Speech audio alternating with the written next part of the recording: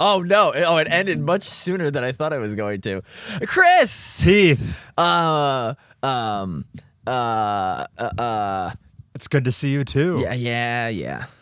After all that late night delinquency we got up to. First episode of the new year, technically. I mean, we recorded the other one on January 1st. Oh yeah, you're right. Never mind. No, so it's second. Yeah, it's the second. Nice. Pretty firmly the second. Yeah. Yep.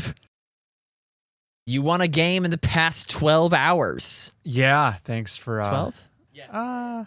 It's just outside the window. Oh, just outside. We wrapped up at 11 p.m. Oh, that's right. Yep. Which means you're in withdrawal. You need to find another win somewhere in the wild. Need to get my hit. Just challenge strangers on the street to rock, paper, scissors. You know me. You could absolutely make a video game themed version of Crank with Jason Statham. You need to inform me more about this. Crank and Crank 2. In these movies, if he slows down, he dies because of like a poison that was injected into him. Oh. So he has to keep his adrenaline up. Is there a movie where someone's driving a vehicle and if they ever fall below a certain velocity, there's a bomb? Absolutely. Yeah. I've never That's seen... Speed. That's Speed. I've never seen this movie. It just sounds like something that would exist. Keanu Reeves. He's driving a bus. I see. Well, who knows if it's 50 miles per hour or kilometers per hour? No, it says right there. Filmmakers thought of that. Yeah, it's 50 miles per hour. Okay. Ooh, McMahon. That reminds me. Have you? You're known wrestling fan, Chris Ellman. Yeah. Did you hear that the you're familiar with the WWE? Yeah. What's your favorite WWE superstar / diva? Is the Undertaker still in business? He's undying, so canonically yes. He's eternal. Yeah. Okay. They just sold it to Saudi Arabia. Oh. Yeah, so like people are pissed. Because that money is shady, that Saudi money. Yeah. Yeah. Yeah. I heard there's like a Saudi prince who made a big investment into video games. Maybe the company SNK? Yes. Something like that. Yeah. So this is the same, but for wrestling fans. Very much so. Yeah. We don't patronize with the Saudi princes. We do. Big shout out to the Pakistani Tekken gods. Okay. Have you seen that Core A digital game? What did I just say? Core A. Core A videos. You know how he does all those fighting game essays? He's the Jacob Geller of fighting games. Okay, I'll take your word for it. No, he just did an expose on the Pakistani Tekken gods. Very interesting. Whose arcade cabinets are so worn. There's a reason that Pakistani players on an arcade stick have this like spider claw grab, like you know those skill cranes in the art, like an amusement park. Yeah, an crane? amusement park. The reason they have their hand gesture like this over the joystick is because if they rested their wrists, it would just get splinters on like the superly like hand-me-down arcades because it's so hard to get imported games in Pakistan. The only way you'd get a console is through pilgrimage to Mecca. And that's why the Pakistanis are so good. They would be a lot better if there weren't so many power outages there. So the palms have worn off all the finish on the wood of these machines. And the pros have since like gotten their own arcade sticks and are going to tournaments and winning huge prize pools, but they still have that vestigial claw hand gesture. I learned that from the Core video. It never ceases to amaze me how many pocket universes there are to explore in video games that I know nothing about. We went from Crank to Speed to WWE to Saudi princes to Pakistani fighting games. Yeah. How about that for an opening bit? It only gets more verbose. What show is this, Heath? Hey, it's Mobius Tubes. Yeah. Episode 81. Yeah. And we're coming to you on January 15th, 2023. On the eve of Martin Luther King Day. That's right. And we're about to civilly disobey these games. Emphasis on civilly. So, do we open with my favorite part, which is going to be this Death Stranding spoiler cast? Or do we talk about how we've basically played as much Vampire Survivors hours-wise? Let's talk about Vampire Survivors. That's what we've both been playing. Yeah. I've put more hours into Vampire Survivors than any one individual reasonably should. Agreed. Yeah. Because it becomes just a walk in a park for a stretch of like 11 I already minutes. had my time in the spotlight talking about my Vampire Survivors experience. Why don't you take the reins, Heath? I took copious notes in like my first hour, and then So first, like 3 games? Is that what the first hour looked like, kind of? no, I'm real bad. I'm bad. Okay. Enter the gungeon. I can't even enter. First thing I said was I'm a garlic main. I love the garlic weapon. It just turns those bat swarms in minute 3. Minute 3? Yeah. We talk about them in minutes. All right, we're talking about Vampire Survivors, the arcadey bullet hell game. Yeah. Where you try to survive 30 minutes against hordes and hordes of digital foes. Yeah. Picking up weapons as you go along. And garlic, it's funny. Garlic is so strong early game. Yeah. And so underwhelming by the late game. That's right. When I look up the DPS stats of all my weapons at the end of the splash screen, it always says that the hardest hitting weapon is the upgraded axe. Okay. And I'm like, really? I don't, because it only just, you just throw it up and it just plops, but apparently it's just doing thousands of damage. Remember when I said like, you were recounting your enemy kill count and I was like, it's gotta be the millions. No. But it could feel like that at certain times. It will feel like that. Yeah. But in reality, a really strong run would be like 70,000 or something. Yeah. The highest level I got up to was in the 80s. Okay, for your character's progression level. And to tell you the truth, Chris, there are some times where I'll go up 5 levels in the span of like a frame. Yeah, it's that happens without fail like once or twice a run. Is there a rainbow gem that you just pick up? Because it goes blue, green, red. I'm not sure what triggers it. There must be some like very potent red crystal you pick up and then you level up like 5 times in a row. I don't know what causes that, but it always happens. It feels like rubber banding on the part of the casino to keep you playing. It kind of does, doesn't it? Yeah. It's like, ooh, you're struggling a little bit. How about a nice big rush of dopamine right here, and right now? I am always like, what caused it? Yeah. So we're on the same page about that. I'd love to delve into the code, see what kind of slot machine shenanigans is going on. Well, did you ever pick up a gold clover that sparked a gold rush? Yes. That happened to me in the library stage. Okay. Not quite ludonarrative dissonance, but I think just seeing the meter at the bottom of the screen and then everything just gushing into gold. I know that the treasure chests are very casino inspired. Yeah. But the gold rush was like not ludonarrative dissonance, but it's like ludonarrative awesome. Yeah, you want to keep it going as long as possible. Yeah. And at that point, you're not struggling to survive. So it's just mouth agape, earn as many points. I'm pretty close to filling out all my unlocks. You know, on the main screen, you can add permanent buffs. Yes. This is very like rogue legacy between your runs. You can pick some permanent buffs that you carry forward to every future game. They're nary all filled up, including some of the more late game ones, like reroll and banish. Yep, those are cool. I never bothered to banish, though. I rarely do. Reroll has so much more utility. Right. Just before we go any further on like the nitty gritty, just overarching opinion, just put this next to Nidhogg on the elegantly simple shelf. You totally look past the art design. Although I grew fond of all the Forbidden Forest guys, but there are some late game enemies in the other stages that I never quite appreciate because I'm already OP and I just melt through those chickens. You know what I'm talking about when I say the chickens? I do know the chickens. I've unlocked the bestiary. Dairy. They're in the dairy level, and right? the tower. Okay. The G tower. Gallo tower, something like that. Yep. Which is funny because gallo is Spanish for chicken. Oh, really? No, this is not going to be accurate, is it? It's probably like, yeah. It's pollo. maybe Portuguese. Nope, it's Franco. Maybe, and then I just keep doing it for like 10 minutes until I find something close. Yeah.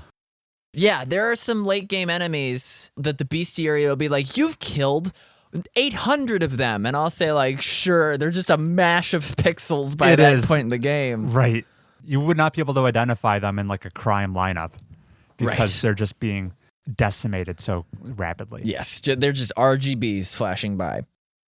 Other quick thoughts that I took down in like my first hour. No one to blame but yourself. If I'm doing garlic and I'm getting way too close for comfort and I die at like the 5-minute mark, that's on me. And I love that about these games. I don't like games that take away the ability of the player to do well. Echoes of the Eye. And my first 1,000 coins were spent on reduced cooldowns and movement speed. I can't wait to unlock the rest, and I have. This game gives you racing game thrills in the first minute, just like dodging projectiles and stuff, to an extent that I didn't get it from Enter the Gungeon. I know I've already mentioned it once, but it's like the next closest analog. Treasure chests are so caked up. This has to be scripted. My second treasure chest was the mega like 5 unlock 5 unlocks, thing, yep. which is obviously. I bet that wasn't scripted. No, the crack dealer just sprinkling on. This is how high it can get, and then afterwards, the treasure chest. The next 50 treasure chests were doling out one at a time, and I was just like, just itching. That variable reward rate. Yeah. Human brains love it. I thought that past the 11-minute mark would be impossible as soon as the skeleton swarm happens in the Forbidden Forest. Yes. You know how it goes just from, the occasional big mummy boss that you gotta kill if you're ever gonna hope to get an evolution weapon. Right. And then the skeleton swarm hits at 11 minutes. They just come from every single angle. And you think, oh, I'm dead. This is the end. Because I'm too dumb. I don't know all the upgraded synergies. The music is essential. At one point on the Forbidden Forest level, it bugged out on my third run. I quit out. I refused to go on unless I had the music. Oh, the music cut out. Yeah, the music is very catchy. And the sound effects associated with the treasure chests bring a big smile to my face. Yeah. However, I'll just say that this game has pretty much become a permanent podcast game for me. Okay. Yeah. So I mute it. I crank through my backlog of podcasts, and it fulfills that purpose wonderfully. Since it requires, once you know what you're doing, it requires so little from you. That's true. Just moving your thumb around, picking your favorite upgrades. That's why I say I've probably played more than anyone reasonably should. It's now I play it when I want to listen to podcasts, not the other way around. Oh, yeah. It's like a platform. Yeah. Yeah. It's either I'm driving when I listen to shows or I'm playing Vampire Survivors. The only reason I know what the sound of the dairy stage and the library stage. No, I did know the library stage. Because I played this on my PC and my Mac. Because it's only like half a gigabyte. Yeah. Excellent. Super small. Yeah. No reason not to. Put it on your phone. You can. Put it on your pacemaker. Put it on your smart fridge. Yeah. Yeah. The only reason I know what the music of the dairy thing sounds like is because I unlocked that special relic. Let's talk about the relics. Relics. Yeah, so the relics, like I already mentioned, the bestiary, if you go to a certain part of the stage, you can unlock a glossary of all the enemy types. And if you go to a certain part of the stage, you can unlock all the sound selection, the music soundtrack. You can change it for the stages. Yeah, you get like a jukebox, basically. And I was like, this is great. I think I would have put the game down if I didn't want to go get those relics. Right. Yeah, you can unlock certain characters and they all have their special abilities. But if it starts with a weapon that's kind of lame, I don't switch off of Poe, the garlic main guy. You are a real stan for garlic. He's garlic and he's got the attract orb like magnet, so I don't have to reach as far for those gems. Isn't he a little slower than normal, though? He's base speed. Oh, base speed is normal? Base speed is normal. Okay. Although I loved friggin', I'm just going to call her like Pasqualato, who has the speed bump and the rune tracer. Rune tracer was the first weapon I ever upgraded to the evolution. And boy, that's the dopamine That's a good hit. first one. I've since gotten the achievement for having all 6 of your weapons evolved at the same time. Yeah, and despite that, I died at minute 28. Wow. What was going on? Dying at minute 28 is just embarrassing. Yeah, you fumbled the ball right at the finish line. Mm-hmm. Yeah, to the game's credit, there's like a whole giant laundry list of characters. A lot of them, does kind of just feel like window dressing. They don't play that dissimilarly from each other. Some of them you have unique weapons you can't get from the chest. That is true. Yeah. Like there's a dog character with like a flower petal weapon. Underwear. Okay. Wait, that's the cherry bomb though. No, that's a panda, Chris. It's a panda? It's a panda. There's a dog character with like a flowery weapon. I'm pretty sure. Cherry bomb vampire survivors. Heath is searching. Cavallo. What does Cavallo look like? It's a panda, dude. Everybody at home is not be who I'm thinking talking of about. a panda. No, not him. Not him. That's the cherry bomb guy. I'm not talking about cherry bombs. All right. Well, there's a panda. There's a dog too. Okay. Apparently, there's a tree. Wait, what's his movement speed? I don't know. Just the fastest. There are secret characters. I unlocked one. Oh, who did you get? I unlocked one that, spoilerish, it caused the game to go back to the start screen. Ooh, okay. Yeah. Does that mean you got In beyond Russian. 30 minutes? Okay, yeah. So obviously, if you have a revive, you can survive like for a few seconds in the 30 minutes. Yes, so at 30 minutes, yeah, tell the folks what happens. The Grim Reaper comes out and he just mashes, just beats you to death, right? You go down in a whimper, and you think like, yeah, game over, stage completed. You get the payout bonus, and you think that's it. But he's susceptible to the clock lancet. Yeah. You can freeze him for a moment. Right. And that made me think, oh, pentagram. Okay. If you That's a good thought. The pentagram weapon is a screen clear. Right. And I hated it at first. Yeah. It's one where as you're leveling up the pentagram, it sucks because it often wipes all the useful items on the screen as well, all the experience gems, all the I level up power-ups. much slower. Right. Unless I got a tracked orb level 1,000,000. And the pentagram only shows up once in a blue moon, so 95% of the time it's serving no purpose for you. But then, if you evolve it, it's awesome. And I never got the chance to. Okay. I know that I looked up the evolutions chart. How soon did you do that? Probably within my first 6-ish hours in, I started consulting it. Yeah. As soon as I beat the Forbidden Forest, Yeah. I did that. Dude, I was trying to unlock all of the evolution combinations.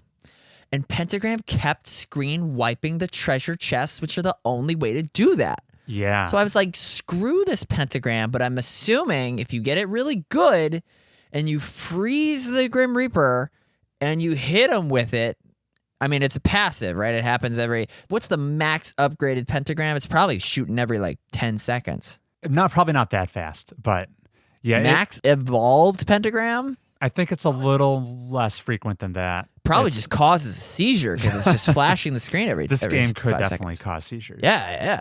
But that's probably how you kill the Grim Reaper and unlock a special ending or something. I will say no more. Oh. I'll just say for the listeners at home who have played this game, I have done what is necessary to see this game's credit sequence. Oh. Which was more involved than I thought. This game, there's a deep rabbit hole to go down. Uh-huh. Just a constant drip feed of weird relics to find. Weird relics, funny inside jokes. Wait, did I hear you said it booted you back to the main menu and it was in Russian? Yes. I don't think I've done that. Okay. That sounds weird. There's a secret character, yeah. Okay. The thing where it's like, sorry, such and such, your vampire is in another castle. When you find a coffin. Yeah. Funnily enough, I don't think there are any vampires in this game. I thought like the minute 7 bats that are red and scary. I thought that was supposed to be like a vampire. Okay. But they're bats. They don't really transform. You could probably play as a vampire. What's lost on me is, are you the vampire survivor? Yeah. I mean, we don't need to get into the lore implications of vampire survivors. This game is super goofy. Yeah. That's the most important stuff to say is this game is Ooh, it starts out as a hit, and just that my jaw dropped when I got that special Russian ending. Cool. Yeah, I'll need to look for that. I freaked out. I am narrowing in. I have fewer than 10 achievements left to unlock. And that's like the mission complete? No, there's a lot of things to do that aren't covered by the achievements. I almost forgot to mention the Arcanas. Sure. The Randomazo. The Randomazo. That's the relic that unlocks the Arcanas. Yeah, and the Arcanas have like their menu section. Yes. I was just blown away by like, this is so different. Am I playing a Yu-Gi-Oh game? Yeah, you can choose an Arcana to start each run, and they kind of color. They give you a certain kind of advantage, buffing certain weapons. Or one of my favorites is one that every 2 minutes or so, it scoops up all the gems that are on the field and all the power-ups and brings them close to you. Oh. And that happens every 2 minutes. Oh, not quite a tracked orb. It's like It puts them on the screen. It's like a tracked orb combined with pentagram. It's like a really powerful attract orb, but on a 2-minute timer. Yeah. Okay. Cool. That's cool. And that's Vampire Survivors. That is Vampire Survivors. I will just say that the sensation I get while playing it is kind of like surfing, where you're trying to stay ahead of the current. And you get this creeping sensation of dread if you feel yourself starting to fall behind, like enemies are starting to slip past your defenses. Yeah. Your health is getting chipped away, and you're like, ooh, I'm going to need a pick-me-up pretty soon, otherwise I'm going to drown. Yeah. And yeah, it's just riding that wave of that progression wave and trying to stay ahead of the 8-ball. It's a great, satisfying experience. Love it. What's Ebony Wings? Ebony Wings. Oh, that's the bird, the black bird weapon. Yeah, so you get Peachone and Ebony Wings. Yes. Okay, that's like the one I haven't done yet. Okay. Yeah, those two, if you level them both up all the way, they can evolve and form a bird weapon union. Yeah. Okay. Yeah. It's like Venticleer or something. I don't remember the name, but. What about the freaking the Magnolio left and Magnolio right? Ooh, the red arrows. And the Laurel. So you know about that, huh? I have yet to. I got them. Okay. But I've yet to use it. That's a cool evolution as well. And then the clock lens set with the gold and silver. Yeah, I love how Castlevania this game is. Yeah, down to the music. Yeah. Yeah, down to the music, down to the enemy designs, down to some of the terminology. There's the infinite corridor. That's a term in the game, which is very Castlevania. I like to see that. That was a fun reference. What Castlevania games have you played? Zero. Yeah. I've only watched the anime. That's everything I base my knowledge on. That's funny. That's Vampire Survivors. That's Vampire Survivors. I'm glad you like it. On that, we can agree. I know we've had some disagreements as of late. Next game. Let's save Death Stranding for last. I've been playing one other thing. Right. But I actually want to eat a protein bar. Did you see The Merchant? Is this still Vampire Survivors? Yeah. Yes, I have seen the Visage. Glass Visage the or Glass something? Visage. Yeah, okay. You can buy that from him. You met him on the stage with all the pots, right? Yes, which is really small. I think. And it only goes for like 15 minutes? Yeah. And you have to fight eyeballs? Mm-hmm. And you fought the eyeballs. And they encircle you. And then your screen gets all weird. It gets all fisheye. Did you do that? And then it takes you to a different place? Maybe I haven't done this. Maybe I haven't done this. The Bone Zone. The Bone Zone. Are we talking about Vampire Survivors? Big skeleton ball. Yeah. I didn't know how to defeat it. You just need to get really strong. Yeah. And then I took Mordecaccio, the skeleton guy. Yes. I took him thinking he would have it would be like his home field advantage. What's the Mass Effect? His loyalty mission. Yeah. So, but I haven't spent enough time on it. The bosses get trivial at the end, right? Right. You'll be like, King Neptune. Oh, I melted him. You'll just stumble upon treasure chests randomly. You're like, I don't know who's even dropped this. Yeah. Yep. And sometimes they'll be purple. Mm-hmm. All right. Thanks for bearing with me there. We should get a protein bar sponsor. For the amount of food you consume and the amount of stretching you do, we should be backed by like the foam roller company and the protein bar company. Yeah. Everyone knows Use promo code Chris at checkout for all your fitness needs. Yeah. Cool. So guess what, Heath? This isn't what you think, probably, but I've been back on the Halo Infinite train. Uh-huh. But this time, I'm actually playing its campaign. I was gonna make a multiplayer narrator joke. Oh. Because have you seen all of his cameos and people paying him to say funny things? You're saying the iconic Halo narrator voice. Yeah, do it. Kilimanjaro. Gain the lead. Yeah. People are getting him to say like social credit deducted, like just Among Us or whatever. But the single player has no narrator. It's narrated by John Master Chief. Yeah, John 117 himself. So yeah, I would call this the single player campaign because that's how most people played it. But 343 added in the co-op like a year after launch. It's you and Thomas just chiefing it up. It's me and Better Kyle, actually. Yeah. From college. Friend of the show, Better Kyle. Enemy of the show, Kyle. Or no, whatever. He's carrying me through this campaign. We're playing through it on legendary difficulty, as is our tradition. Oh, one of you is Master Chief and the other one's the Arbiter. That would be very cool and Halo 2-esque, but okay. no, we're just Halo Master Chief. Gorilla Man enemy. No, Craig. It's Craig. I know who Craig is. Ah, darn. Who doesn't know? Yeah, it's just his identical twin, Master Chef, is the other player. Nice. Yeah, we're playing through it. This is, of course, Halo goes open world for the first time. Dun, dun, dun, dun. This is the most, I've played every mainline Halo game. This is the most distinct campaign I've played from this series. The biggest departure. I think Halo Wars was quite the departure. Yeah, I said mainline series, not the spin-offs. We're not talking about Halo Spartan Assault right here. That's We're not talking about Master Chief's appearance in Fortnite. Or Paramount Plus. What? Oh, yeah. That's a good joke. So, this game has lots of high highs and some low lows. It's a tale of two cities, a tale of two Halos. Narratively, I like the minute-to-minute writing quite a lot, but the overarching structure leaves me scratching my head pretty often. Here's how the game opens.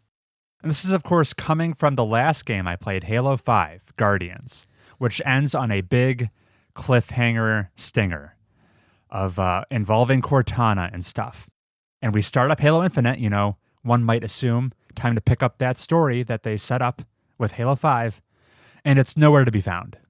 It almost feels like a reboot. It's so unaddressed. I asked Kyle, who is my Halo lore head in my life, and he's leading me through this. He's Sherpaing me through. Yeah. And I have this excellent resource. I can ask him questions. I'm like, hey, is it just me, or what happened to all that Halo 5 ending stuff? It's explained in the extended novels. Yeah, more or less, it's like that. And he says, you'll learn a little bit as we progress, but it's not really the thrust of the game anymore. Okay, and I'm like, okay, fine. I never come to Halo for the story. I can write that off. No big deal. And then the opening cutscene of Halo Infinite shows Master Chief down and out. He's getting tossed off of this ship by this big, intimidating brute, name of Atriox. Yeah, the red gorilla guy. And I'm like, oh man, he got the better of Master Chief. This guy must mean some business. We're going to have to take him down in Halo Infinite, right? And then we flash forward to the first mission. Everyone's talking about how this Atriox guy is dead. He was killed off screen. Bit the dust. And I'm like, when did this happen, Kyle? He's like, oh yeah, that's extended lore stuff. I'm like, why was that the opening cutscene then? It's just, there's incoherent storytelling all over the place. All the threads you think are setting up to something, they just yank the rug out from underneath you. Atriox is gone. He's not in the game. He was the big bad in the opening cutscene, and you never hear from him again. You just hear about like his underlings and stuff. That's silly. It is goofy. Oh, and like apparently, big setup to Halo Infinite is told in the game Halo Wars 2. Yeah, the RTS. Yeah. Which a fraction of the player base has maybe even heard of, let alone played. That. Yeah, the UNSC Infinity, this big, powerful ship. Apparently, it's been a hallmark of like Halo 4 and Halo 5. It was taken out and destroyed in Halo Wars 2, apparently. just taken out back. Yeah. So the plot's kind of incoherent. However, the minute-to-minute writing and witty banter is kind of the best it's ever been. Master Chief made me laugh. He's John 117 has a sense of humor all of a sudden. Like I burst out laughing one time. Tell me it's not. Obviously it's not, but I imagine it could have been really bad. You know, like the Star Wars Episode 9 witty banter? You're familiar with They Fly Now, They Fly Now, They Fly Now? Yeah. I'm thankful it's not that. No, it's all deadpan, dry. He's still He's Kratosing? He's still more machine than man. He just has some comedic timing. Well, he's only had a voice for the past 3 games. He's always been voiced. Just in Combat Edition or whatever. In Combat Evolved, yeah. He just doesn't talk very much. He's not a silent protagonist. Okay. He's just a quiet I thought he was like Doom Guy. No. In more ways than one.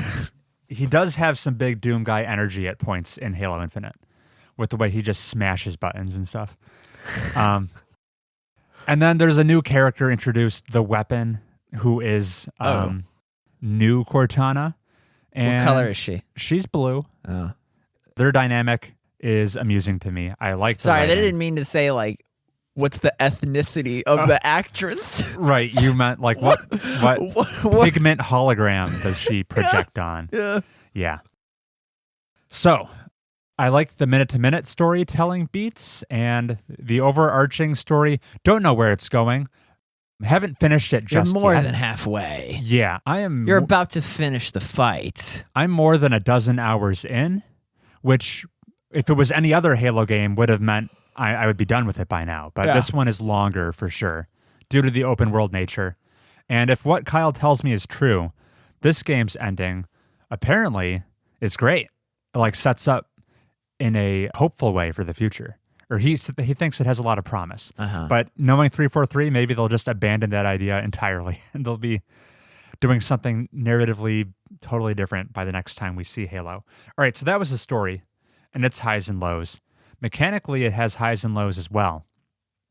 Are you driving the Warthog and Better Kyle is manning the Halo gun? Other way around. He usually drives me around. Yeah.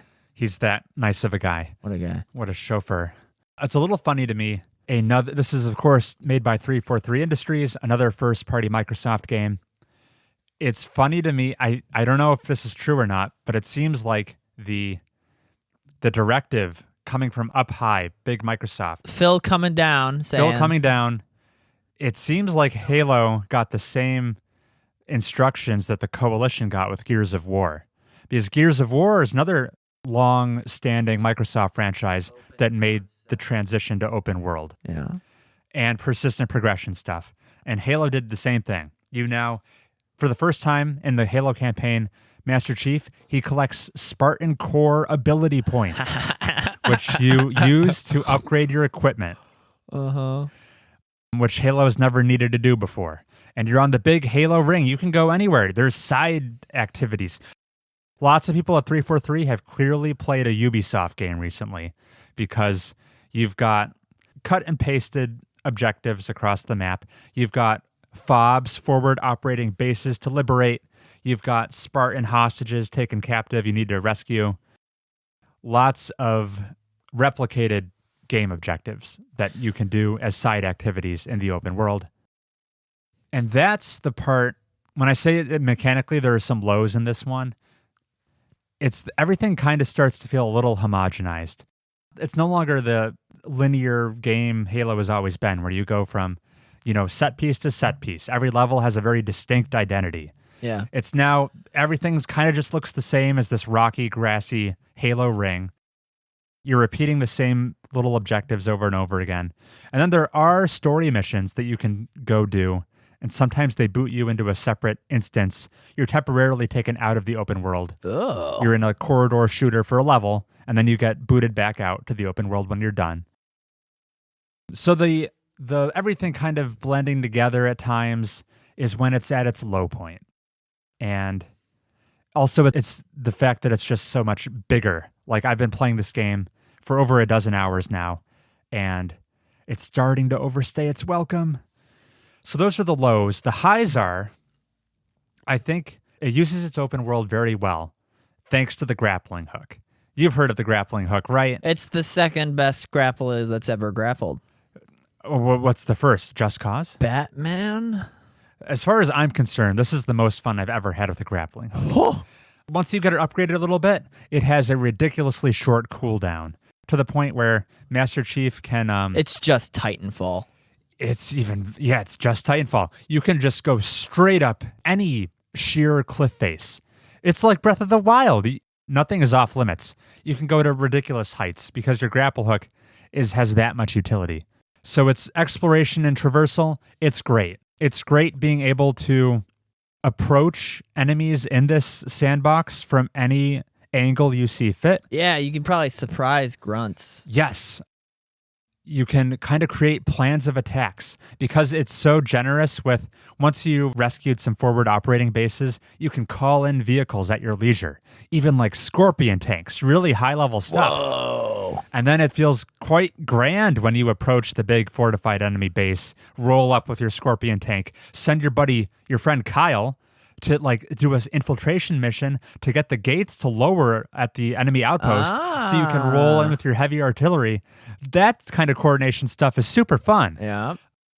And that would have been lacking it's shocking the game didn't have co-op play for so long, since it works great. This is an update? This was an update. Oh, wait. Yeah, infamously, for the first many months, it was a single player only experience. And it was probably like partially built and they just didn't they want to just early release it. How much does this game cost? It was a full $60 release. I didn't pay that. I paid half price. But the multiplayer is free. Multiplayer is free. Gotcha. As far as signs that it was rushed, Kyle still points out to me, every time we destroy an enemy aircraft, they didn't put in a demolition animation. It just kind of poofs. Oh. Yeah, there's no destruction. Yeah. Okay. Is one of you doing like the ground pound invincibility shield that makes a big bubble, and then the other one is able to just pop through it? That would be very Halo 3, but I think they replaced that with more of a front-facing drop shield. It's not a bubble anymore. Okay. Oh, you turn into what's Overwatch character that's got the big shield? Reinhardt? You turn into Reinhardt. Basically. But I kind of ignore the thruster pack and the drop shield. I'm just grapple all the time. The grapple is too much fun. And it has utility in combat too, so it's not just traversal. If you see some ammo that's out of reach, you can grapple that right to you. Oh, how very Death Stranding? With the sticky gun? Yeah. If you see an enemy, you can shoot them with your grapple hook. They'll get zapped by it. And it'll pull you right up to them, which is good if you have a shotgun or something. You're a melee main. Yes. So grapple hook, it's such a fun tool. It now reads to me like it's the same position Nintendo is in. How can Nintendo possibly release a console that is not a hybrid system like the Switch? It would feel like such a downgrade. Now I feel like they can't release a Halo game that lacks a grapple hook. Oh. It seems that a fundamental now. Yeah. Its absence would be felt and not in a good way. They're saying the same thing about Ragnarok's God of War Ragnarok's third weapon upgrade. Okay, I did hear there was a third weapon, although I don't know what it is yet. It's core to the experience. Very cool. Allegedly. So yeah, overall, I sounded mixed on it. I'm having a great time overall. The first session we sat down and played Halo Infinite, I was blown away. Taken back. Yeah, I was having the time of my life. It was such a fun opening session. You even sang along to the opening theme. Oh, yeah. Get all the boys in the boys' bathroom. Yeah. Do that Gregorian chant. Yeah. Cool. That was Halo Infinite's campaign. I will report back when I finish it. Uh-huh. The ending, Oh my God! Wait, we need an update on. You've spent money on the microtransactions in Halo. Oh yeah, I bought the battle pass. Oh, okay, the battle pass. I thought it was more egregious. In my I memory, have it not was purchased individual skins. okay. No. That's when you know I've changed for the worse. Yeah. Oh, one fun thing. There's like little collectibles in the open world, and some of them are skins for the multiplayer. So some synergy there between the modes. That's fun. That is fun. All right. That's enough Halo talk. You want to throw it back to me? I remembered another game that I played. Yeah, happily. I bought Inscryption again. What? So, Heath, who waits for games to be free on Epic Game Store, bought Inscryption a second time? I have 2 copies now. Why? One on my Steam and one on my Switch. Oh, okay. This past Friday was Friday the 13th. It was. So that was a easy enough excuse for me to put Inscryption in Bailey's hands Interesting. and watch her do it. Although I wanted to make sure that she got the same experience I got. Now, Casey's mod is the better part of Inscryption. Yeah. If you bought Inscryption today on Steam, I imagine, because I can't rebuy it on Right. Steam. I imagine, do you remember, you definitely don't. Inscryption, when you first play it, the new game button is broken. Oh, I remember that. That's a hallmark. Yeah, you can only hit continue, Right. and then it starts with the That's your first tip that Act 1. something is weird about this game. yes. I could not get back to that situation. Yeah. On your fresh Switch copy? No. That was the impetus for the purchase. Okay. On Steam, I uninstalled the game. Oh. I deleted it from my hard drive. I emptied my recycle bin on my desktop. I could not get the game to start with the new game in Act 1. It always started at Act 2. I wonder if there's a way to like delete your Steam cloud save. Because that's probably what was screwing it up for you. Okay. I don't know if you can delete a Steam cloud save. I will find Probably. I'll find out. But I just had to, and I was like, how do I delete Casey's mod? Because that was the only thing in my mind that was changing it. And they was like, no, Casey's mod is part of the core game now. It's not a beta. Yeah. And there are no betas available for me. So I was like, okay, and then I bought it on Switch. And I put it in Bailey's hands, and we got far enough. I definitely was coaching her, and it was interesting is if you're doing well enough that you're not gonna die, the game glitches out and it spawns just a grid of grizzlies. Yes. I remember that happening. Yeah, because you're that good. I'm that good. And that's what teaches you to get up and do the escape room parts. So that was fun. Bailey got to the first boss, the miner. Yeah. And she later put the game down, and then she wakes up early for her shift and is trying to fall asleep again because she's working nights. And then she grabs the Switch and she wants to play Animal Crossing. Yeah. But Inscryption is running, right? And it's like you can't open Animal Crossing without closing other Right. software. One game running And she's like, at once. oh, do I have to beat the miner boss? And I go, well, Bailey, it's a roguelite. So unless you're going to beat the whole game in this run, you will likely lose the progress you've made. And just explaining that to her was kind of fun. And we joked about it. She goes like, oh, okay, right? And she starts playing Animal Crossing. And I keep going on, and it's like, in fact, some progression persists across multiple play. And like, you can already hear the the Animal Crossing themes. Yes. And like the villagers talking to each other, and it's like, as well, there are other games like, yeah, we riffed on that, and that was fun. But I hope we do Inscryption again. What was Bailey's? Better Kyle. What was Bailey's favorite part of Inscryption so far? Oh, not the sacrificing of animals.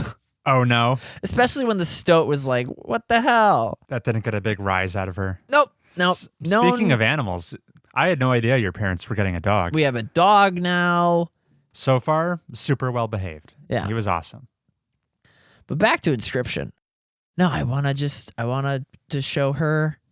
I wanted her to get good at card battlers, right? Yeah. Because there's no time limit. There's no Right. combat. There's no 3D maneuvering the camera. It seems like the perfect genre for her to do actually like a smart game. That's I now own 2 copies. What games do you own 2 copies of, Chris? There are several games. Yeah. I'm trying to think to myself if there are any games I own 3 copies of. Because that would be Obscene. But while I'm thinking about that, it's also, I see your point about card battling games they're not reflex based, so they're not accessibility prohibitive in that way. But you kind of did start her with like the strangest one out there. No, that was the only way to get in, though. Like spooky, witchy things that That's she's true. into. Escape room adjacent. You probably made the right choice. Yeah. It's just such a weird one. What card battler was I supposed to onboard her with? Yeah, probably not. None of the top 10 are Probably. Maybe Marvel's Midnight Suns. What is this? This came out in December. It's one of the games I am most excited to play from Firaxis, XCOM team. Civilization, mind you. Yes, and it's a card battling Oh, Marvel game. oh boy. That's half the game. The other half is like matchmaker, Mass Effect style conversations with Marvel superheroes. Perfect. Yeah, so half the time she'll get to be flirty with all her favorite Marvel Universe characters. Heroes and heroines. And the other half of the time, she can do some tactical card-based battles. She can web sling her combos. Yep. I am hyped to play this game. This already came out? Yeah, it came out in December. All right. And it got great reviews. Yeah. Mm-hmm. So stay tuned for that. That'll appear on a Mobius Tubes episode at some point. I'm sure. Cool. Is that it for Inscryption? Yeah, that's all I did. Then we should move on to the final game of the hour, and that is Death Stranding, because I have finished it. I'm going to start with my spoiler-free impressions, final thoughts, and then we will have our spoiler section, which I know you are itching to discuss. You've been waiting for this for years at this point. Okay. Final thoughts on Death Stranding, Hideo Kojima's latest cross-country traversal apocalyptic game. I am very glad I played it. Heath, this was a game I had written off as looking like it wasn't for me, but then all of your effusive praise for it, and even the morbid curiosity of the things you said were bad about it, you convinced me to at least give it a try. Yeah. And I'm super glad you did.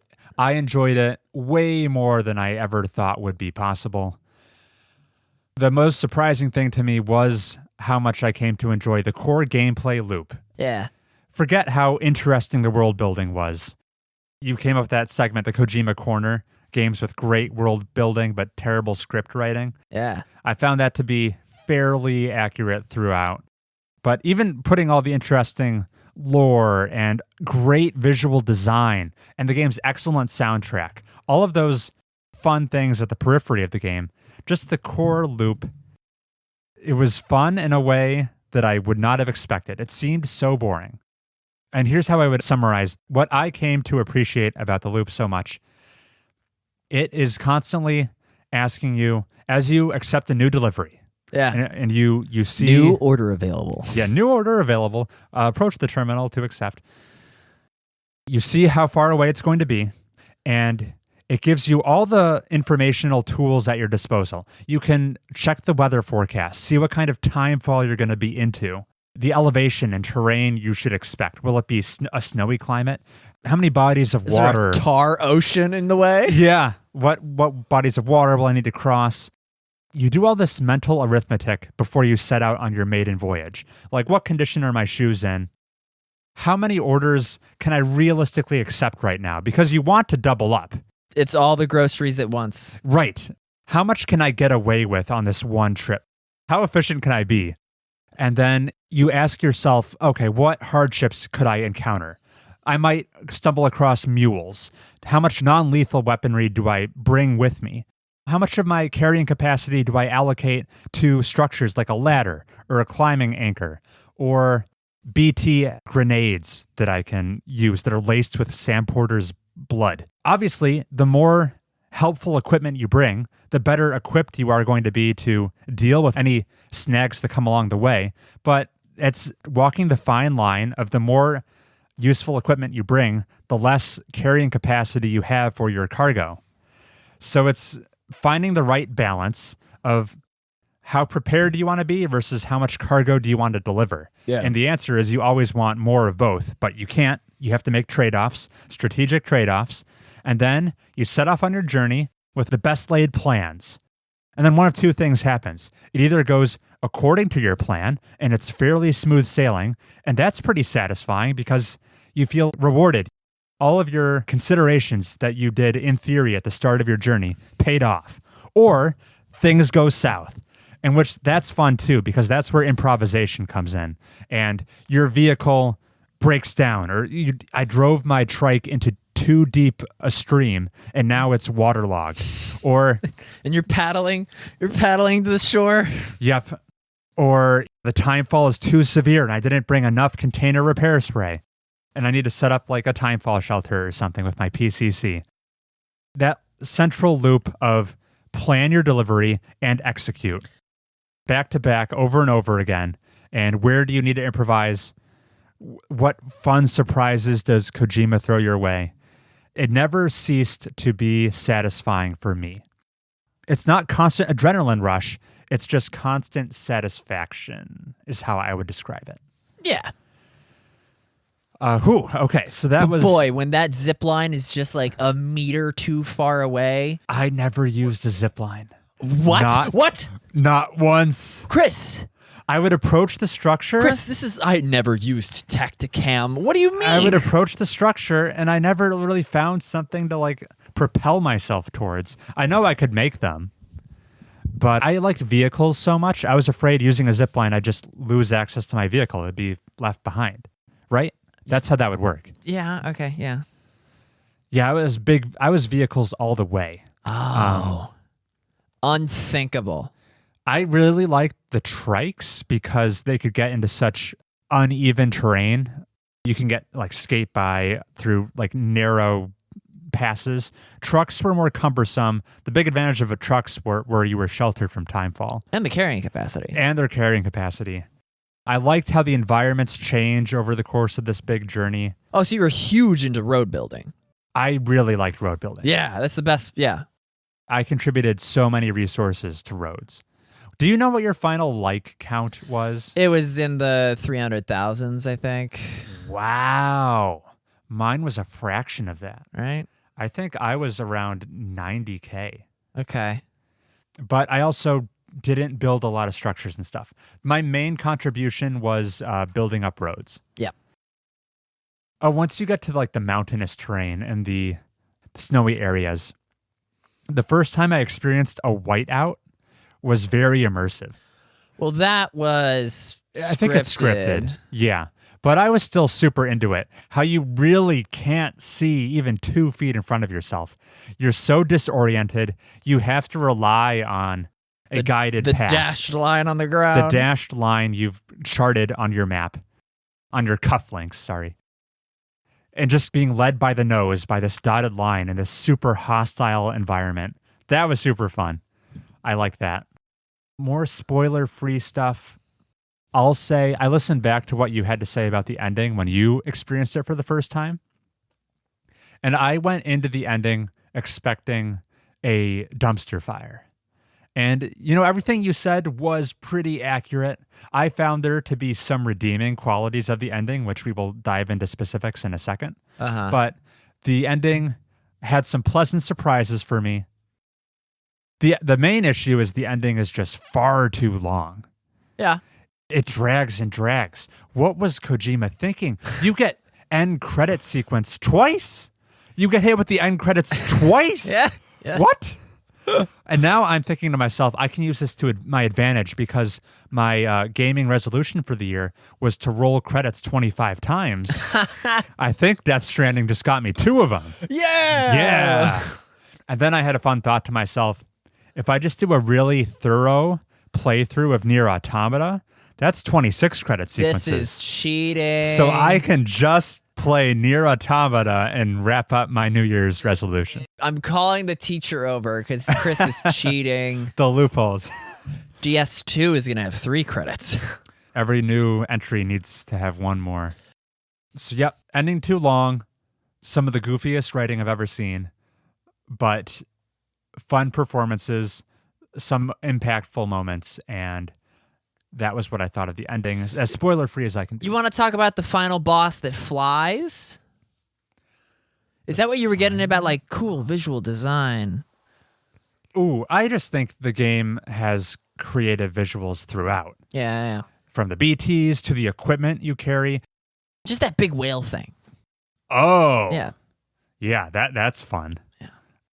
I thought the game was visually impressive almost all the time. I especially just like... I love all the care and attention to detail of the animations of Sam as he comes out of his private chambers on that elevator rise. Yeah. And he just like meticulously hooks himself up to his BB, and all the cool, like the lights that are circling around the elevator shaft.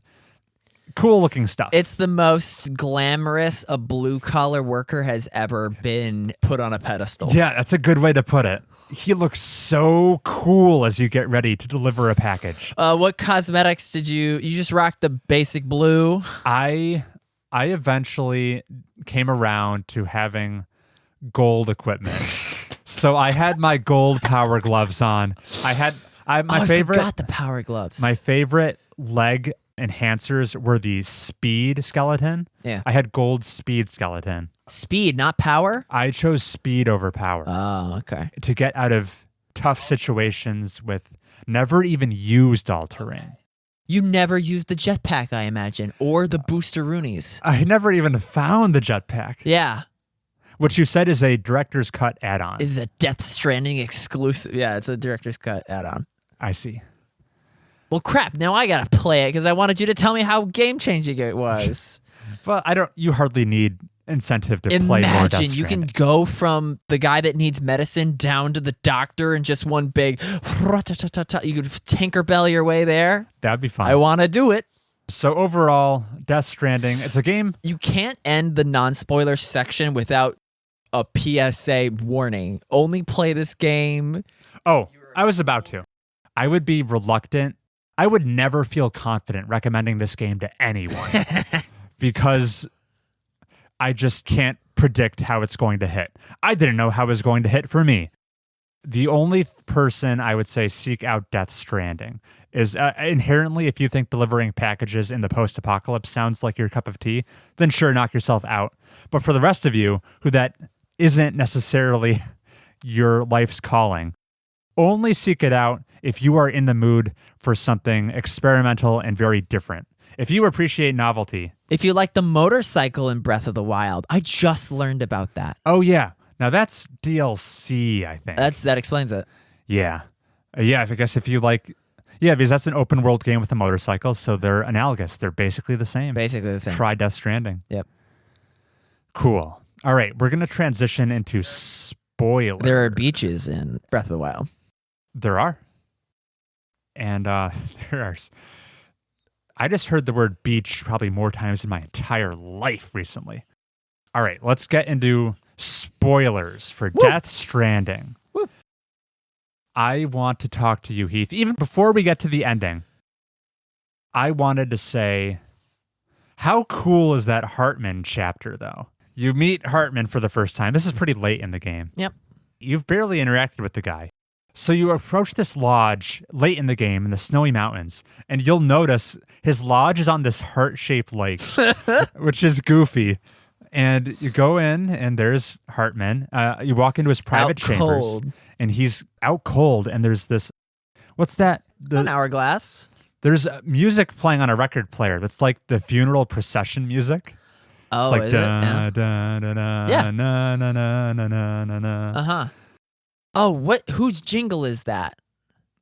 I think it's Hartman's. I think I just made that connection, yeah. Because immediately recognized da-na-na-na-na for Mama. Okay. Is that London Bridge is falling down? Yeah, but no, that is the funeral procession jingle. Because Hartman is dead when you walk into his room. Dead, yeah.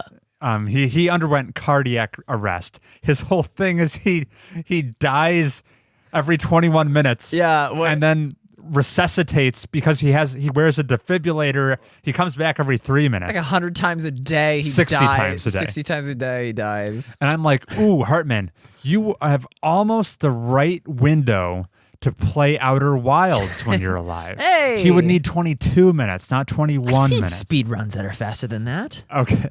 But like the loop in Outer Wilds is Yeah. 22 minutes. Yeah. Hartman plays life on the loop of Outer Wilds, basically. And then he comes back and he starts to tell you about his deal, his tragic backstory, because every character in Death Stranding has a tragic backstory. And I liked learning about them. Even Mama's, which was maybe the most out there. But Hartman was my favorite. The whole cutscene, I thought it was cinematically engaging, the way it was shot. Well, that's because Hideo wants to make movies more than he wants to make video games. It kind of seems like that at times. Yeah.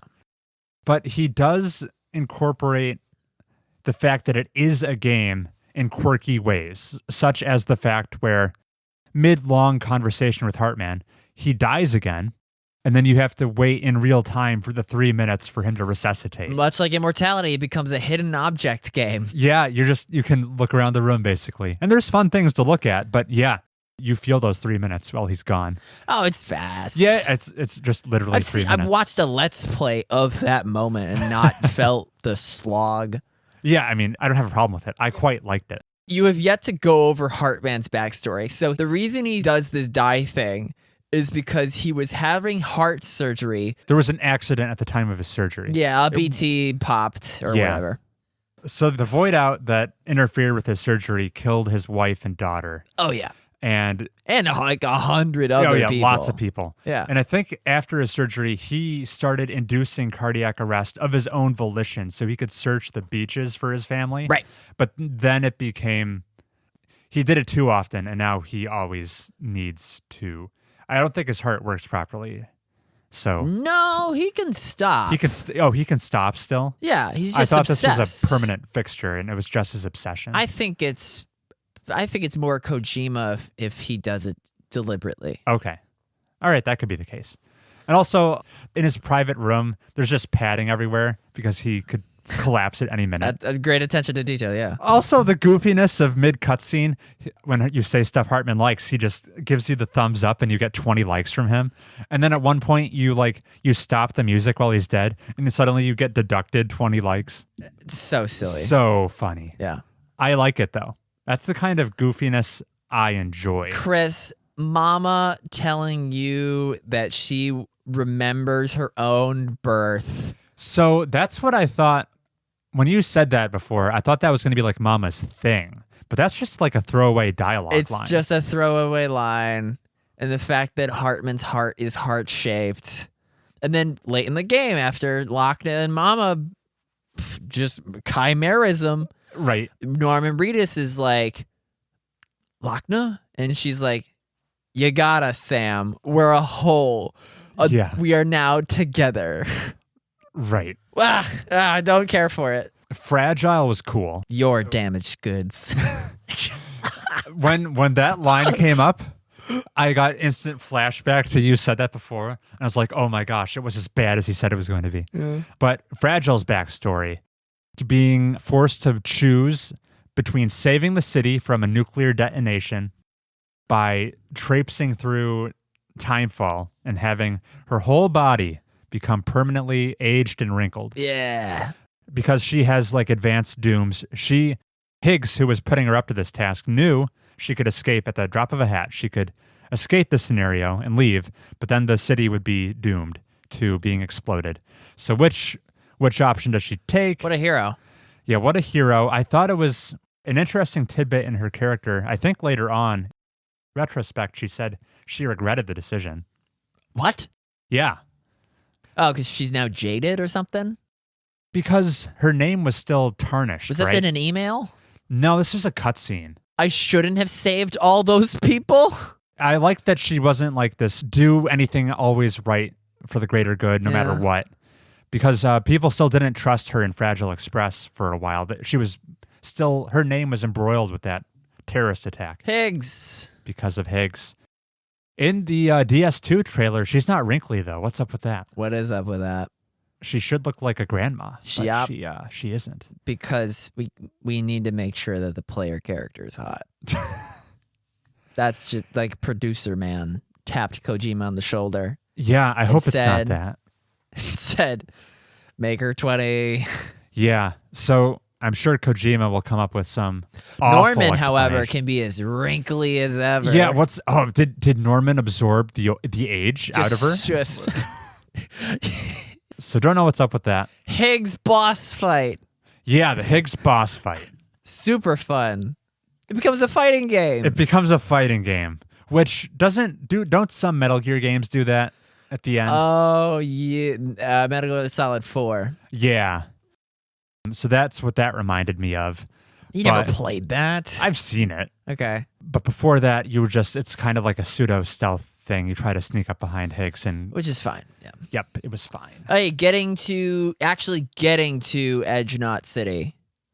That was cool. Almost Outer Wildsian, trying to figure out a hack to get there. Because the only tip you're given is find a way to cross the tar belt. Yeah. And that's the only guidance you're given. And you basically just have to stand on the fire. You do have to stand on the fire. Essentially, yeah. You have to be claimed by BTs that'll drag you across the tar. Purposefully let yourself get captured. Did you figure that out organically? No. Yeah, I had to look that up. Right. There's also a similar moment where it's like find a way to chase after Higgs because he had kidnapped Amelie at this point and he was on a beach. Uh-huh. So you had to go get Fragile's help. Go to the fast travel section.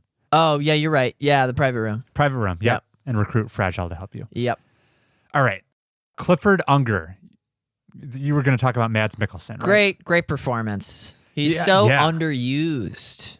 He doesn't have a ton of runtime. They give him so little to work with, and he still just rocks it. And yet, at times, he kind of felt like the main character to me. Ah, very good. So, Clifford Unger is the part of the game's narrative that most resonated with me. Yeah. Yeah. So, what was your reaction the first time you found yourself in the trenches of World War I? Friggin' nuclear disarmament Kojima. It's his full name. Kojima is often a harsh critic of war with his games. Yeah, he has yet to make a game that doesn't critique war. Sure. The good old days of 9/11. Yeah, so I thought it was, I had fun, you know. Yeah, you go through the soldier Clifford Unger's memories in World War I. Well, he didn't actually fight in those conflicts. So that was confusing to me. It's purely tone. Yeah, tone. You visit World War I, you visit World War II, you visit Vietnam, and you have effectively combat encounters with Clifford Unger and his skeleton boys. As Clifford Unger searches for his lost son, I think. Give me BB, who is Sam Porter Bridges' BB. Wink. There's something at the end that's super confusing to me. What? The whole thing The big twist, yeah. Is Sam Lou? No. Sam is Clifford Unger's son. Yes. Yeah. Yes. So Clifford Unger is coming after Sam, not coming after Lou. Yeah. Okay. So that's the twist. Yeah. That's crazy. Yeah, okay. But Bridget wouldn't let Cliff have this baby. Right. So back to Clifford Unger. He was a tragic character. You think he's an antagonist for a long part of the game. Right. And I mean he is getting in your way for sure. But the tragedies that happened to him, being misled, enlisting his wife and son in the BB program, getting them taken away from him, getting killed. Ooh, at the very end, like during the Epilogue. I mean, after the first time you see the credits. Yeah. When Di Hardman is being sworn in as the new president of the UCA. Oh, that far? Yeah, that far. Okay. I thought it was... Another great actor. Great actor. When Di Hardman breaks down in front of Sam about how he's wronged his commanding officer and how he loved Clifford Unger, but he loved Bridget too, that got to me. That was an emotionally impactful scene. Great performance. Crazy great performance. And he does not land. That great sob story does not have much of an impact on Sam. Yeah. Sam just tells him to like pick himself back up. He literally says, "I don't give a fuck about America." Yeah. Damn, Sam. That's ice cold. That's your mom. Adoptive mother. He's literally like America's son. But yeah, loved that performance by Di Hardman. Yeah, all you people that don't play video games, just type in Tommy Earl Jones' Death Stranding ending for your consideration. That's the best acting. Until you would say Man Engage, that was the best performance ever in a video game ever. It's up there. Yeah.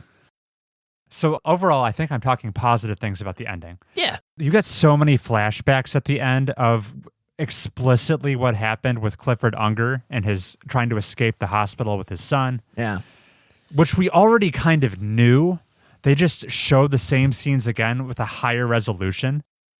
I felt like that was a bit redundant and added to the... Not through the glass of the pod. Yep. Right.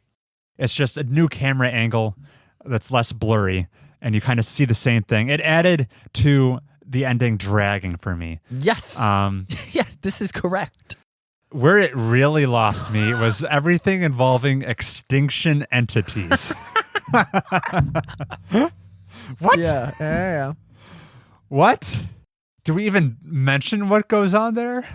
It's stupid. You just did. Okay. How many times did you try to shoot Amelie? She's the worst character. She is the character I was redeeming least qualities. attached to. Right. But which is weird. Freaking Fragile being like, you love her. Yeah, Fragile. No, you love her, don't you, don't. Sam? I mean, I don't as the player. I guess it's Sam like a does. Telltale game sticking you with a character and being like, but they're part of the team. You love them, and it's like I'm trying to drop Kenny as soon as I can. So how it played out for me was, at first, I shot Amelie. Yes, I got the bad ending. Yeah, but I did it. I didn't move around, so I just kind of stood in place, shot her. So the second one, I was like, ooh, maybe there's some like. Maybe if I grapple her close to me and she's like staggered. Maybe I have to get closer. So that was attempt number 2. And you're like, oh, maybe it's got to be in the heart, man. Attempt number 3 was like, oh, okay, clearly. Got to get in front of her. Attempt number 3, clearly I shouldn't be shooting Emily here. I will not fire my weapon. I will run. And then attempt number 3 fails as well. She goes supernova or whatever. At which point, I'm like, I think there was I maybe made an attempt number 4. I don't remember what I did. But by attempt number 5, I had to Google it. You holster your weapon, which gives you the button prompt to give Amelie a hug. I forgot you have to holster for that button to appear. Right. Yeah. You didn't try to do close combat. just tie her up. Suplex her? No. Yeah, didn't care for that. What I will say, Heath. How much of a tumor was it? Like how much Chris Solomon is great at like judging a game by its own merits. Sure. Does this affect the Metacritic score? The answer is certainly yes. does. It can't not. Yes, it does. That's what's most interesting to me. What is interesting? How much the big doo-doo bag ruins the property value. It does not. I think there are so many, because the extinction entity, despite being kind of presented as the climax, it wasn't the emotional climax for me, since Amelie is such a ho-hum character. I felt like I got big payoff with punching Higgs. Clifford Unger. Okay. And Higgs's stuff. Remember the epilogue where Cliff does get shot with Bridget like assisting dead man's gun hand? Yes. The thought of a fetus, an unborn fetus, taking a bullet and living is the most science fiction this game gets. Well, it didn't live, right? Oh. That's right. Sam. It's dies. The fetus who is Sam goes to the beach where he meets Amelie, who is Bridget's Ha. Right. Wait, is Ha the spirit or the body? Makes Ha and zero difference to me. Yeah. And then Amelie drowns Sam. And that's how he becomes a repatriate? Well, she like crisscrosses his umbilicus. Right. She stitches him up. Which might as well just have been like sprinkling the fairy dust on The fairy him. dust, yep. And then And then he reappears back in the pod in the real world. And Bridget is like, oh, there you are. Yeah, basically the Ka comes back to the Ha. Yeah. And she's no longer masked or the mask motif. What's up with the mask? The mask motif was just pure motif. I think so. You have to say Amelie's name slowly.